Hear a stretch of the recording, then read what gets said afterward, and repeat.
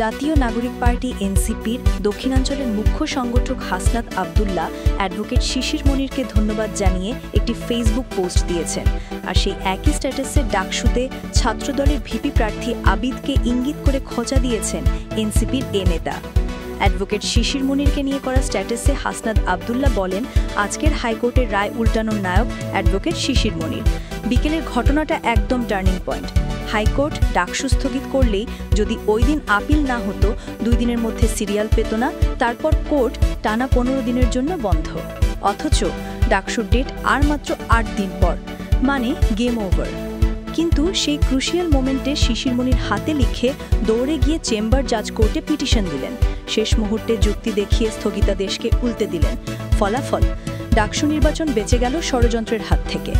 শিশির মনির তার তড়িৎ সিদ্ধান্ত আর বুদ্ধিমত্তার জন্যই ডাকসু থেমে যায়নি। এবার আসি কবির কথায়। শোন হে কবি মিথেন্দ্রনাথ, তোমার জন্মের আগেই শিশির মনির ঢাবির ছাত্র ছিল, এখন তিনি ঢাবির অ্যালামনাই। বিশ্ববিদ্যালয় চাইলে তাকে আইনজীবী করবে, তাতে তোমার মাথা ব্যথা কেন? আসলেই শিশির মনির সেই কাজটাই করেছেন যেটার জন্য তোমরা মিছিল করছো। শিশির মনিরের উপর ক্ষেপলে বাম ক্ষেপতে পারে, কিন্তু তোমরা ক্ষেপছো কেন ভাই? মানে ঘাপলাটা অন্য জায়গায়। প্রশ্ন, ছাত্রদলের ভিপি প্রার্থীকে, তুমি যদি ডাকসু নির্বাচন সময় মতো হোক এই চাওয়ার পক্ষে থাকো, তাহলে তো খুশি হওয়ার কথা, কিন্তু তুমি উল্টো চিল্লাচ্ছ কেন? এটা কি স্ববিরোধিতা, নাকি সরাসরি বলি নিরাবুদ্ধিতা?